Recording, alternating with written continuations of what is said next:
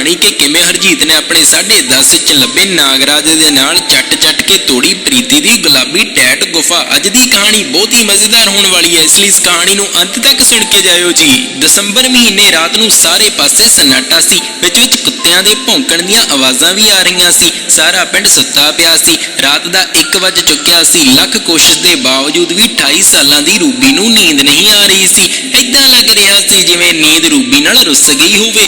पिंड दे बाहर आलीशान घर विच रूबी अपने मखमली बैड ते कंबल विच करवटां लै रही सी। हमेशा खुश रहण वाली रूबी अजकल काफी इकल्लापन महसूस करन लगी सी। गुंदमे शरीर दी मालकिन रूबी नूं किस्मत ने सब कुछ दिता सी। 5 फुट 4 इंच कद ते 36 32 38 दा फिगर सी। अंब पूरे गोल गोल ते रंग दुध नालों भी चिट्टा। पापड़ बाहर नूं निकले होए ते पट केले दे तणे वांगू मोटे मोटे सी। पूरा शरीर मलाई वर्गा कोमल सी। इंज लगदा सी जिवें हथ लाए तो मैली हो जाऊ। घर विच रूबी दी सस कमलजीत ते सोहरा हरदयाल रूबी नाल रहिंदे सन। कमलजीत दी उम्र 53 साल सी, पर वो फिर भी काफी जवान लगदी सी। शरीर भारा सी ते रंग भावें ज्यादा गोरा नहीं सी, पर तिखे नैण नक्श उसनूं चार चंद लाउंदे सी। वो पूरी शौकीन जट्टी सी ते नवीआं विआहियां वांग मेकअप करके रखदी सी अते ज्यादातर चकवे सूट ही पाउंदी सी। हरदयाल दी उम्र 62 साल सी अते वो शूगर दा मरीज सी। शूगर दा मरीज होण करके वो काफी कमजोर भी हो चुका सी। हरदयाल ते कमलजीत नूं देख के लगदा सी जिवें लंगूर दे मूँह विच अंगूर आ गया होवे।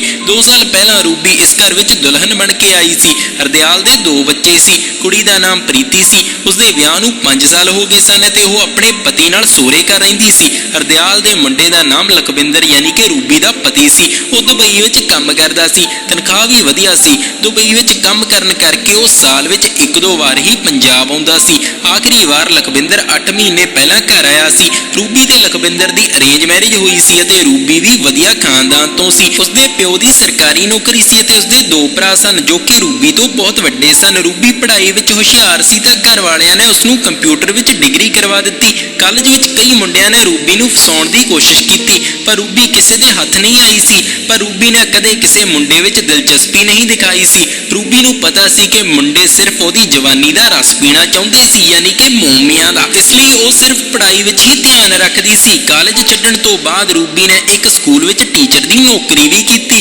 जदों रूबी 26 साल दी हुई तां उस लई लखविंदर दा रिश्ता आया। रूबी दे घर वालियां नूं भी रिश्ता पसंद सी, क्योंकि लखविंदर दी तनख्वाह बहुत वधिया सी ते मुंडा तकड़े घरों सी। लखविंदर कोल जमीन भी चंगी सी तां रूबी दे घर वालियां ने झट रिश्ते नूं हां कर दित्ती। पहलां तां रूबी ने थोड़ी ना नुकर कीती, पर जदों उसने लखविंदर नूं देखिया ते उस नाल गल कीती तां ओह रूबी नूं पसंद आ गया ते रूबी ने भी हां कर दित्ती। खुशी खुशी विआह हो गया। रूबी दा सोहरा परिवार भी बहुत वधिया सी। कमलजीत ते हरदयाल बहुत खुश सन कि उन्हां नूं इन्नी सोहणी ते सियाणी बहू मिल गई।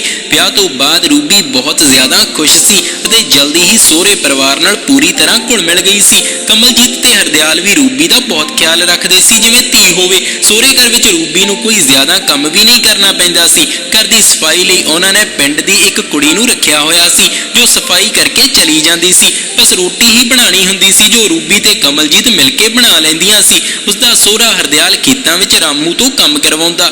रामू घर दा नौकर सी। उसदी उम्र 22 साल सी। रामू रंग दा एकदम काला सी। काम करदा होण करके रामू दे डोले भी चंगे बने सन। देखण विच काला साह नहीं लगदा सी। रामू दा काम मੱਝਾਂ दी धार कड्ढणी, पट्ठे पाउणे ते खेतां विच काम करना सी। विआह तो 1 महीना बाद लखविंदर वापस दुबई चला गया सी। जदों ओह जाण लगा सी तां रूबी ओहदे गल लग के बहुत रोई सी। उसदे जाण तो बाद रूबी बहुत उदास हो गई सी। हुणे हुणे तां विआह होया सी ते अजे तां रूबी लखविंदर नूं पूरी तरह प्यार भी नहीं दे सकी सी, पर लखविंदर दी भी मजबूरी सी। जाना तां पैना ही सी उसनूं। उसदे जाण तो बाद रूबी लई कालियां रातां कट्टਣਾ बहुत ज्यादा मुश्किल हो ਰਿਹਾ ਸੀ। रात नूं सौण वेले जदों बैड ते पैंदी तां उसनूं लखविंदर नाल बिताया समां याद आउण लग जांदा सी। लखविंदर ही उसदा पहला प्यार सी जिसनूं रूबी ने सुहागरत वाली रात नूं अपना मन ते तन समर्पित कर दिता सी। पहली बार रूबी दी सील उसने ही तोड़ी सी। इह तां रूबी दी ही हिम्मत सी कि उसने इन्ना सोहना शरीर अपने पति लई संभाल के रखिया होया सी, नहीं तां उसनूं टोकण दी इच्छा रखण वाले तां कॉलेज विच ही बहुत सारे मुंडे सन।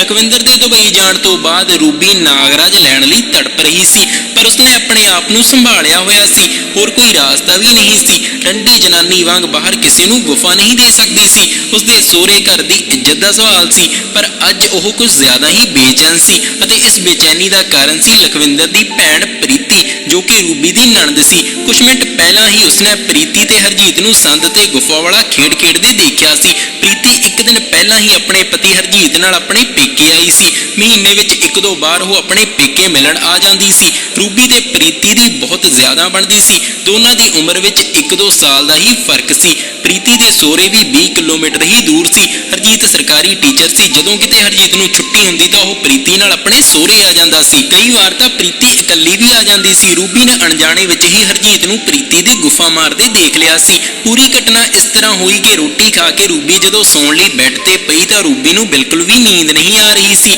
ਜਦੋਂ ਵੀ ਉਹ ਅੱਖਾਂ ਬੰਦ ਕਰਦੀ ਤਾਂ ਉਸਨੂੰ ਲਖਵਿੰਦਰ ਨਾਲ ਬਿਤਾਏ ਪਲ ਯਾਦ ਆ ਜਾਂਦੇ ਅਤੇ ਉਹ ਅੱਖਾਂ ਖੋਲ੍ਹ ਲੈਂਦੀ। ਰੂਬੀ ਵਾਰ-ਵਾਰ ਪਾਸੇ ਮਾਰ ਰਹੀ ਸੀ ਅਤੇ ਉਸਦਾ ਮਨ ਕਰ ਰਿਹਾ ਸੀ ਕਿ ਹੁਣ ਹੀ ਲਖਵਿੰਦਰ ਉਸਦੇ ਕੋਲ ਆ ਜਾਵੇ ਅਤੇ ਉਸ ਨਾਲ ਪਿਆਰ ਕਰੇ ਅਤੇ ਰੱਜ ਕੇ ਆਪਣਾ ਸੰਦ ਉਸਦੀ ਗੁਫਾ 'ਚ ਵਾੜੇ। ਪਰ ਅਸਲੀਅਤ ਤਾਂ ਇਹੀ ਸੀ ਕਿ ਰੂਬੀ ਨੂੰ ਪਿਆਰ ਕਰਨ ਵਾਲਾ ਉਸ ਤੋਂ ਬਹੁਤ ਜ਼ਿਆਦਾ ਦੂਰ ਸੀ। ਇੰਨੀ ਠੰਡ ਵਿੱਚ ਵੀ ਰੂਬੀ ਨੂੰ ਤਰੇਲੀ ਆ ਰਹੀ ਸੀ। ਉਸਨੇ ਪਾਣੀ ਪੀਣ ਲਈ ਆਪਣਾ ਦਰਵਾਜ਼ਾ ਖੋਲ੍ਹਿਆ ਤੇ ਰਸੋਈ ਵੱਲ ਚਲੀ ਗਈ। ਉਸਨੇ ਦਰਵਾਜ਼ਾ ਵੀ ਹੌਲੀ-ਹੌਲੀ ਖੋਲ੍ਹਿਆ ਤੇ ਉਹ ਬਿਨਾਂ ਆਵਾਜ਼ ਕੀਤੇ ਰਸੋਈ ਵੱਲ ਜਾ ਰਹੀ ਸੀ ਤਾਂ ਜੋ ਕੋਈ ਉੱਠ ਨਾ ਜਾਵੇ।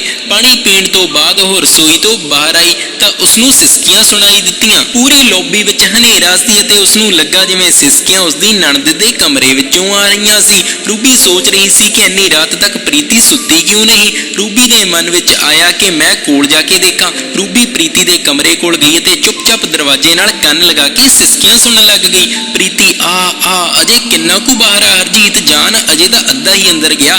ਪ੍ਰੀਤੀ ਬੋਲੀ, ਤਾਂ ਫਿਰ ਪੂਰਾ ਤੱਕ ਦਿਓ, ਇੰਨਾ ਕਿਉਂ ਤੜਪਾ ਰਹੇ ਆ ਹਰਜੀਤ? ਕਿਉਂਕਿ ਅੱਜ ਮੈਂ ਆਪਣੀ ਘਰਵਾਲੀ ਦੀ ਨਜ਼ਾਰੇ ਨਾਲ ਕੰਡ ਲੈਣੀ ਆ। ਮੇਰਾ ਤਾਂ ਦਿਲ ਕਰਦਾ ਕਿ ਪੂਰੀ ਜ਼ਿੰਦਗੀ ਤੈਨੂੰ ਐਵੇਂ ਹੀ ਠੋਕਦਾ ਰਹਾਂ। ਪ੍ਰੀਤੀ ਬੋਲੀ, ਹੁਣ ਤੱਕ ਵੀ ਤੁਸੀਂ ਆਹੀ ਕੁਛ ਕਰਦੇ ਹੋ। ਹਫ਼ਤੇ ਵਿੱਚ ਮਸਾਂ ਇੱਕ ਅੱਧਾ ਦਿਨ ਹੀ ਮੈਨੂੰ ਸਾਹ ਲੈਣ ਦਿੰਦੇ ਹੋ। ਤੁਹਾਡਾ ਤਾਂ ਮਨ ਹੀ ਨਹੀਂ ਭਰਦਾ।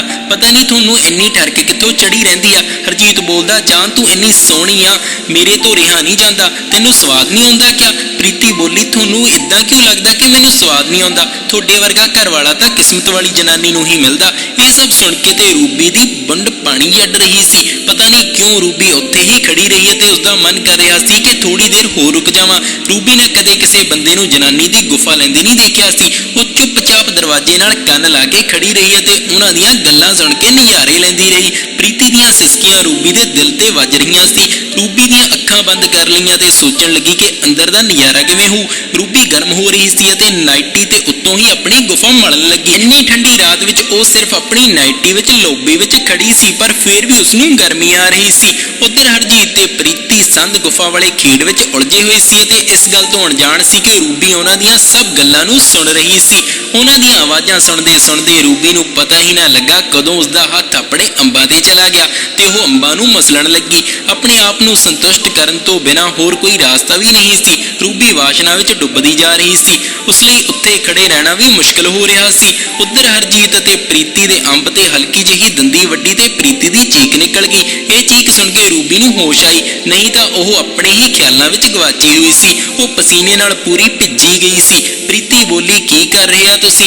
ਇੰਨੀ ਬੇਰਹਿਮੀ ਨਾਲ ਦੰਦੀ ਕਿਉਂ ਵੱਡੀ ਸੀ? ਹਰਜੀਤ ਕਹਿੰਦਾ, ਮੈਂ ਕੀ ਕਰਾਂ, ਤੇਰੇ ਅੰਬ ਹੀ ਇੰਨੇ ਪੋਲੇ ਆ, ਇਹਨਾਂ ਨੂੰ ਚੂਸ ਕੇ ਮੇਰਾ ਤਾਂ ਮਨ ਹੀ ਨਹੀਂ ਭਰਦਾ। ਪ੍ਰੀਤੀ ਬੋਲੀ, ਚੂਸ ਕੇ ਲਾਲ ਕਰ ਦਿੱਤੇ, ਅਜੇ ਤੱਕ ਮਨ ਨਹੀਂ ਭਰਿਆ। ਹਰਜੀਤ ਕਹਿੰਦਾ, ਨਹੀਂ ਡਾਰਲਿੰਗ, ਇੰਨੀ ਸੋਹਣੀ ਘਰਵਾਲੀ ਤੋਂ ਮਨ ਕਿਵੇਂ ਭਰ ਸਕਦਾ? ਇੰਨਾ ਕਹਿ ਕੇ ਹਰਜੀਤ ਫੇਰ ਤੋਂ ਪ੍ਰੀਤੀ ਦੇ ਅੰਬ ਚੁੰਗਣ ਲੱਗ ਗਿਆ। ਪ੍ਰੀਤੀ ਵੀ ਅੰਬ ਚੁਸਵਾ ਕੇ ਸਵਾਦ ਲੈ ਰਹੀ ਸੀ। ਪ੍ਰੀਤੀ, ਯਾਰ ਹੁਣ ਅੱਗ ਠੰਡਾ ਕਰ ਦੋ। ਆਹ ਹਰਜੀਤ ਨੇ ਦੇਖਿਆ ਹੁਣ ਪ੍ਰੀਤੀ ਦਾ ਕੰਮ ਹੋਣ ਵਾਲਾ ਸੀ ਅਤੇ ਉਸਨੂੰ ਵੀ ਲੱਗਾ ਕਿ ਅੱਗ ਠੰਡੀ ਕਰਨ ਦਾ ਸਹੀ ਮੌਕਾ ਆ ਗਿਆ। ਹਰਜੀਤ ਨੇ ਪੂਰਾ ਜ਼ੋਰ ਲਾ ਕੇ ਧੱਕਾ ਮਾਰਿਆ ਤੇ ਨਾਗਰਾਜ ਪੂਰਾ ਪ੍ਰੀਤੀ ਦੀ ਗੁਫਾ 'ਚ ਵੜ ਗਿਆ।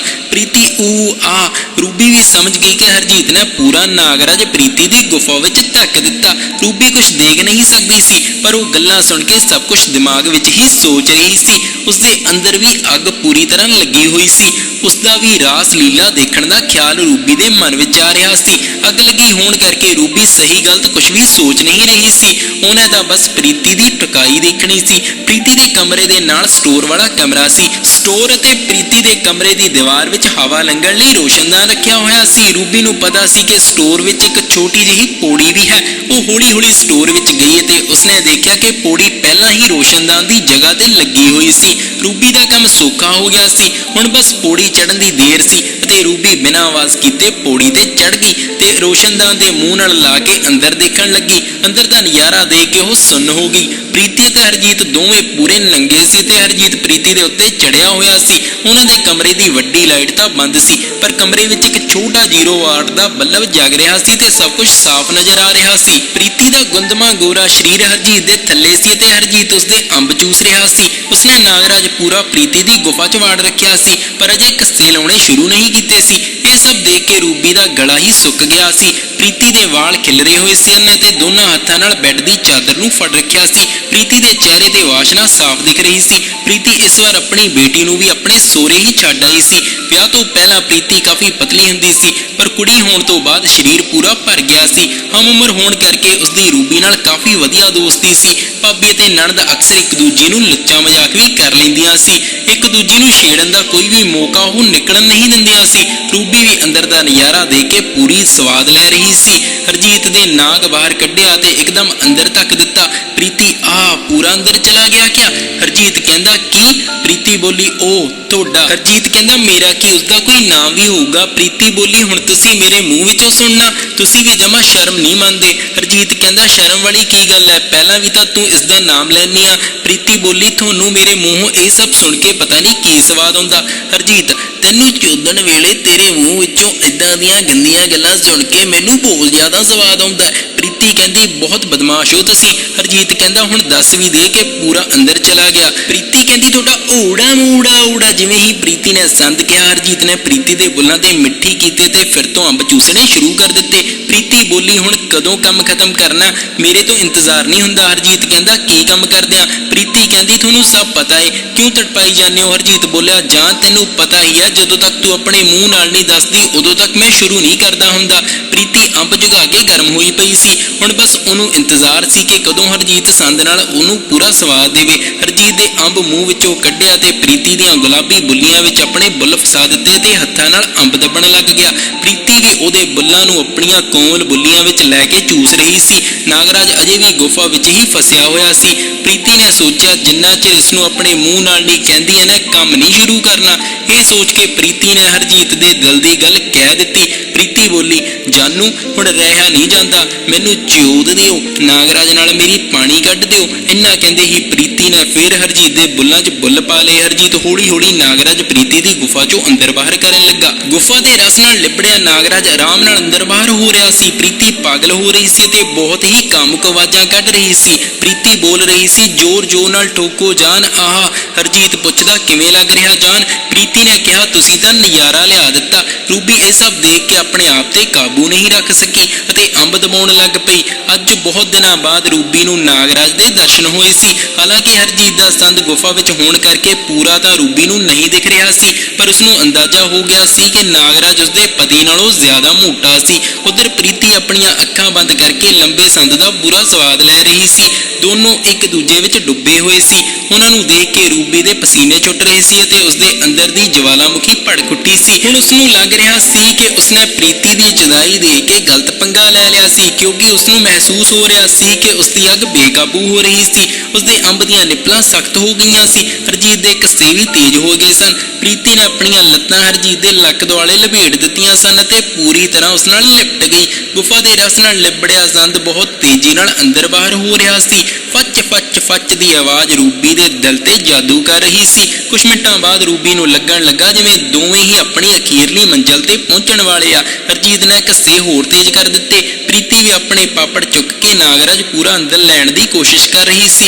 ਹਰਜੀਤ ਨੇ ਉਸਦੇ ਬੁੱਲ ਚੂਸਣੇ ਛੱਡ ਦਿੱਤੇ ਤੇ ਜ਼ੋਰ-ਜ਼ੋਰ ਨਾਲ ਕੱਸੇ ਲਾਉਣ ਲੱਗਾ। ਹਰਜੀਤ ਦੇ ਸਾਹ ਵੀ ਤੇਜ਼ ਹੋ ਰਹੇ ਸੀ ਅਤੇ ਰੂਬੀ ਨੂੰ ਵੀ ਸਭ ਸਮਝ ਆ ਰਿਹਾ ਸੀ। ਹਰਜੀਤ ਆਪਣੇ ਹੱਥ ਪ੍ਰੀਤੀ ਦੇ ਸਰੀਰ ਤੇ ਫੇਰ ਰਿਹਾ ਸੀ ਤੇ ਨਾਲ-ਨਾਲ ਕੱਸੇ ਵੀ ਮਾਰ ਰਿਹਾ ਸੀ। ਪ੍ਰੀਤੀ ਵੀ ਹਰਜੀਤ ਦੇ ਪਾਪੜਾਂ ਤੇ ਹੱਥ ਰੱਖ ਕੇ ਹਰਜੀਤ ਨੂੰ ਆਪਣੇ ਵੱਲ ਨੂੰ ਖਿੱਚੀ ਜਾ ਰਹੀ ਸੀ। ਰੂਬੀ ਲਈ ਇਹ ਸਭ ਦੇਖਣਾ ਬਹੁਤ ਜ਼ਿਆਦਾ ਮੁਸ਼ਕਲ ਹੋ ਰਿਹਾ ਸੀ। ਉਹ ਬਸ ਉਹਨਾਂ ਦੋਨਾਂ ਦੀ ਖੇਡ ਵਿੱਚ ਬਿਲਕੁਲ ਹੀ ਗਵਾਚ ਚੁੱਕੀ ਸੀ ਅਤੇ ਦੇਖੀ ਜਾ ਰਹੀ ਸੀ। ਉਮੀਦ ਕਰਦਾ ਹਾਂ ਕਿ ਅੱਜ ਦੀ ਕਹਾਣੀ ਸੁਣ ਕੇ ਬਹੁਤ ਸਵਾਦ ਆਇਆ ਹੋਵੇਗਾ। ਜੇਕਰ ਅੱਜ ਦੀ ਕਹਾਣੀ ਨੂੰ ਸੁਣ ਕੇ ਉਂਗਲ ਖੜੀ ਹੋਈ ਹੋਵੇ ਤਾਂ ਵੀਡੀਓ ਨੂੰ ਲਾਈਕ ਕਰਿਓ ਅਤੇ ਇਸ ਕਹਾਣੀ ਦਾ ਅਗਲਾ ਭਾਗ ਦੇਖਣ ਲਈ ਸਾਡੇ YouTube ਚੈਨਲ